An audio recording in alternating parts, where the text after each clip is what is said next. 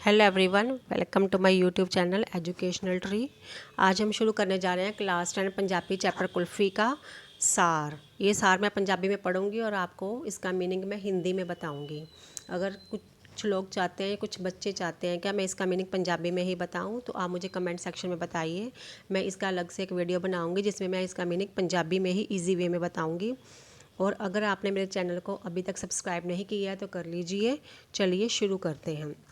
प्रश्न है, कुल्फ़ी कहानी का सार 150 शब्दों में लिखो।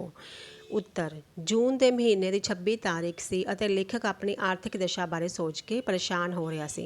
क्या बोल रहे हैं कि 26 ऑफ जून थी, जून के महीने की 26 डेट थी और लेखक अपनी फाइनेंशियल कंडीशन के बारे में सोचकर क्या है, परेशान हो रहा था। काके दे मुरमुरा खाण लई टक्का मंगन ते उसने बच्चे ਨੂੰ कह दिता, कह के टाल दिता कि उसनू शाम ਨੂੰ कुल्फ़ी लैके देवेगा। जब उसके बच्चे ने मुरमुरा खाने के लिए, कुछ चीज़ खाने के लिए, मरुंडा खाने के लिए उससे पैसे मांगे तो उसने अपने बच्चे को क्या बोलकर टाल दिया या मना कर दिया कि उसनू शाम ਨੂੰ कुल्फ़ी लेके देवेगा। ये कह के वो घरों चला गया और वो इसने ऐसा बोला और घर से चला गया। महीने का आखिरी क्यों चला गया घर से? क्योंकि उसको पता था उसके पास शाम को भी उसको कुल्फ़ी लेके देने के लिए पैसे नहीं होंगे और अगर वह भी घर पर रहेगा तो उसका बच्चा बार बार उससे कुछ ना कुछ मांगता रहेगा। इसलिए वो घर से ही चला गया और रात को लेट ही घर वापस आया। वो ये हमने चैप्टर में पढ़ा था। महीने का अखीर दिन अखीर होने करके उसकी तनख्वाह ख़त्म हो चुकी सी।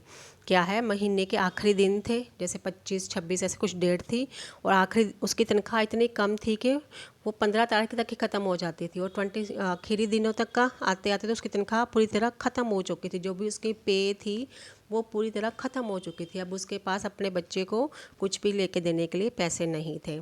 वो सोचता है कि वो मालिक ਨੂੰ तनख्वाह ਵਧਾਉਣ ਲਈ कहेगा। वो क्या सोच रहा है कि अपने मालिक को, जो उसका ओनर है, जहाँ वो नौकरी करता है, उसको बोलेगा कि उसकी पे बढ़ा दे।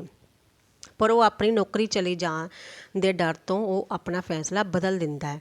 लेकिन क्या करता है वो, उसको डर है कि अगर वो अपने मालिक को तनख्वाह बढ़ाने के लिए, अपनी पे बढ़ाने के लिए बोलेगा तो उसका मालिक उसको नौकरी से निकाल देगा। इसलिए वो इस डर से ये बात बोलने से अपने ही मन में बात कर रहा है कि वो नहीं बोलेगा ये बात अपने मालिक को। रात ਨੂੰ भी वो अपने काके ਨੂੰ रात बहुत हो गई ਦਾ बहाना लगा के कुल्फ़ी खाने ਨੂੰ अगले दिन ते टाल देता है।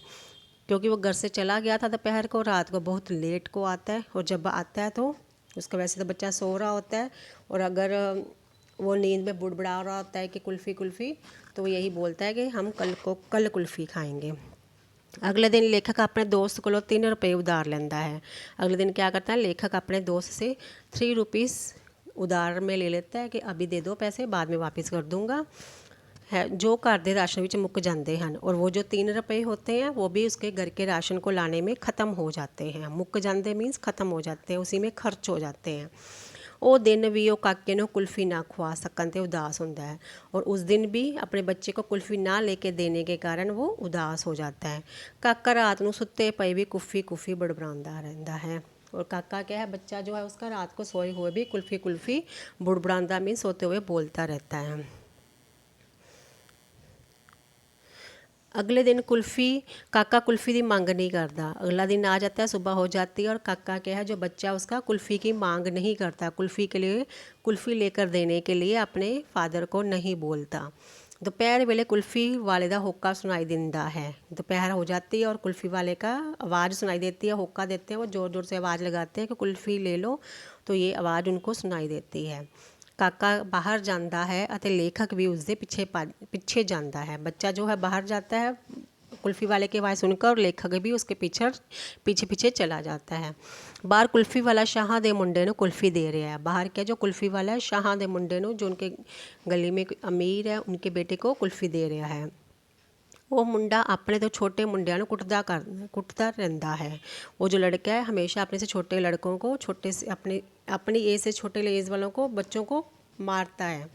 काका उसको धक्का मार के गिरा देता है और इस बार क्या होता है, लेखक का बेटा क्या है उसको धक्का मारता है जोर से और वो नीचे गिर जाता है।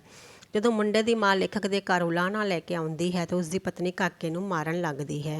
जब वो उस शाह के बेटे की माँ लेखक के घर उलाहना कंप्लेंट लेके आती है तो क्या होती है, उसकी पत्नी काके नूं, जो लेखक की पत्नी है, वो बच्चे को मारन लगती है। मारने लगती है तो क्या है कि लेखक अपनी पत्नी नूं कहता है, कुछ वंड शुदैने कायर प्यो दे घर बहादुर मुंडा जम्मिया। तो लेखक उस अपनी पत्नी को क्या बोलते हैं कि तुझे तो खुश होना चाहिए, कुछ मिठाई बांटनी चाहिए, क्योंकि एक कायर, एक डरपोक बाप के घर एक बहादुर लड़का पैदा हुआ है, बहादुर लड़के ने जन्म लिया। यह इस कहानी का सार था। आप बताइए मुझे आपको ये वीडियो कैसी लगी, और मुझे ये ज़रूर कमेंट सेक्शन में बताइए, और चैनल को सब्सक्राइब कर लीजिए। Thank you. मिलते हैं अब अगली वीडियो में एक नए टॉपिक के साथ।